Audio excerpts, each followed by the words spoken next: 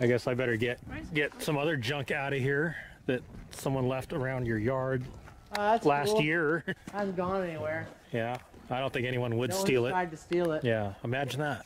Yeah.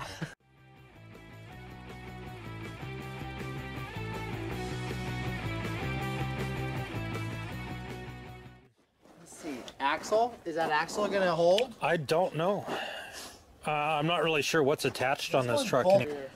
Yeah, the rear is just held on by the rear shackles and the bed that's not bolted down, which is why I left the straps on, because the straps are holding the bed down to keep the rear springs down. Okay.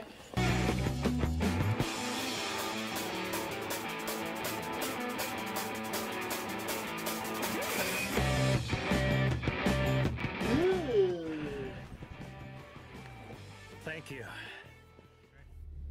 Time to head out.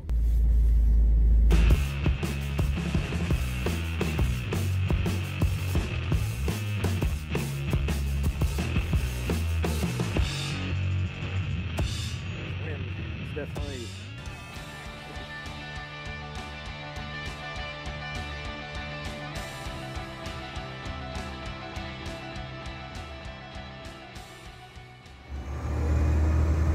probably unload this thing.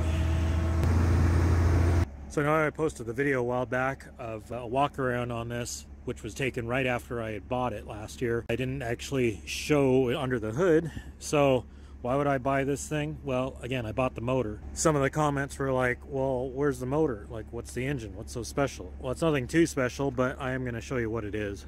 And to be honest, I'm kind of curious too, because all I know is it's a 454, or it's supposed to be. It's a Chevy big block. I heard it run on a video, but I don't know what heads are on it.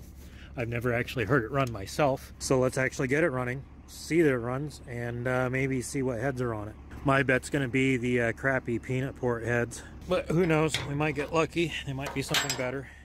Wasn't supposed to be a mud bog, but it's kind of turning into that already. And of course, my ramps are way over there. I'm gonna be lazy, we don't need ramps.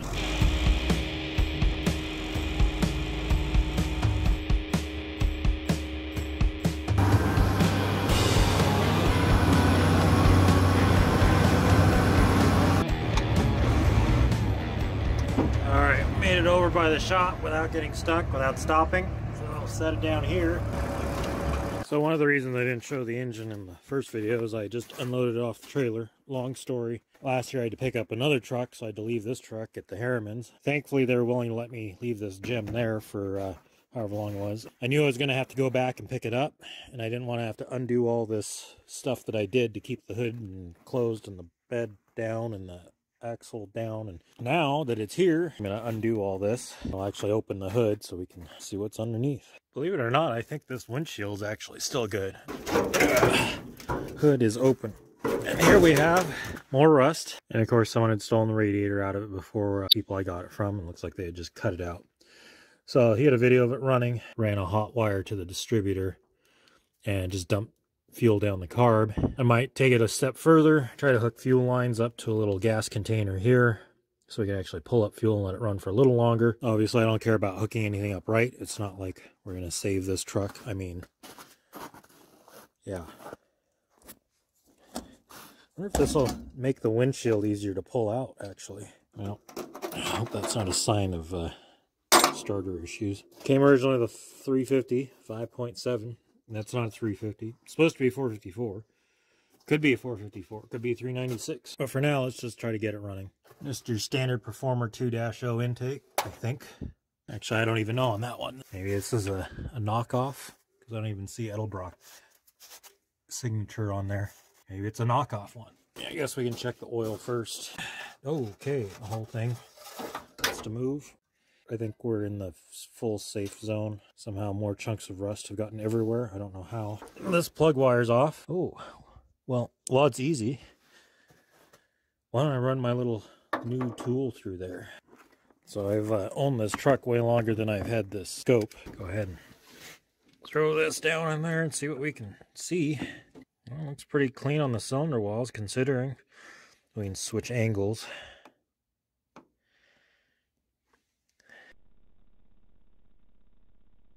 Those cylinder walls look really good, actually.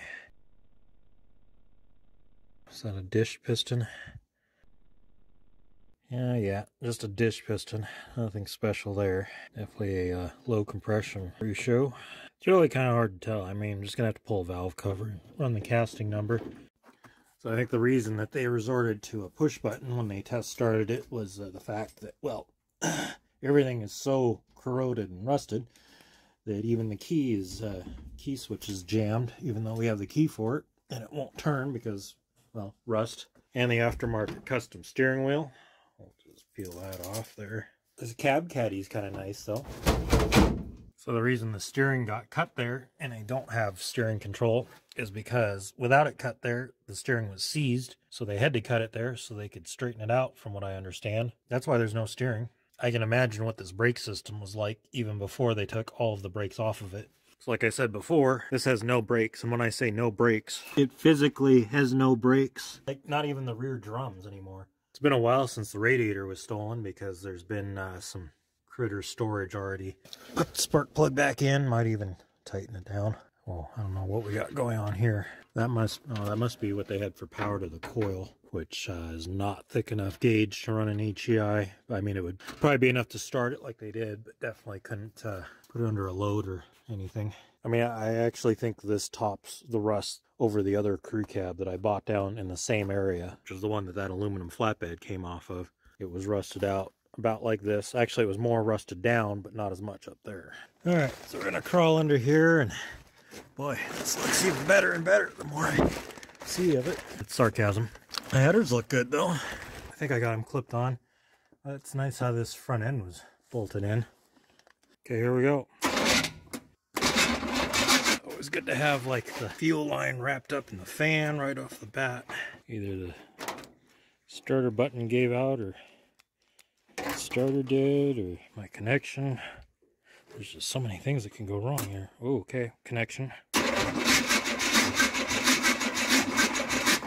That does not sound good. That could explain why there's a starter shim right here. But it does turn over, so we can add some spark through this way too small of a wire and add some fuel. All right, added some fuel down the carb.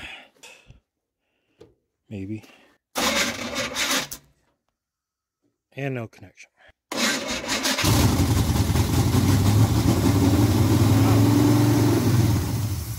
It starts.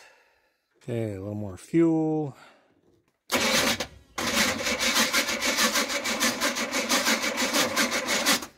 We've either lost spark or I flooded it.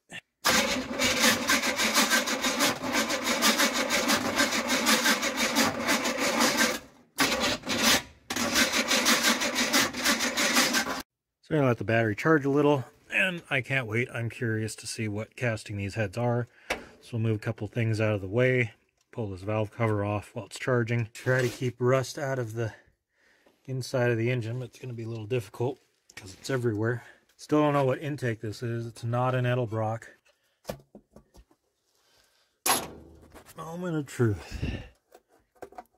If I can carefully get this off. It does look clean. Oh, there's 781s. Good head with that piston. Very low compression ratio. Obviously will run on pump gas. Good flowing heads. So I lost spark. Had to do away with this this jumper wire. Run a thicker gauge direct one. Basically did not have spark earlier, but we've got power now, so we'll fire it back up. Or maybe we don't.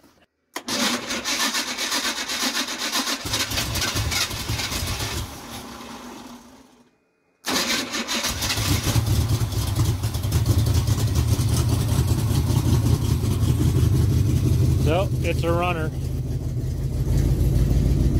Unfortunately, can't test the transmission without investing way too much more work into it, because there's no brakes, no rear shafts, no rear drive line. The front cover's open, the front slugs are out, so we can't even hook up the front drive line easy.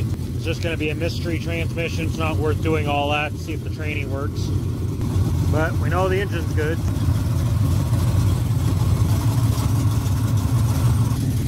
So there we have it. Engine donor truck. So until next time, we'll see you whenever I drag something else home.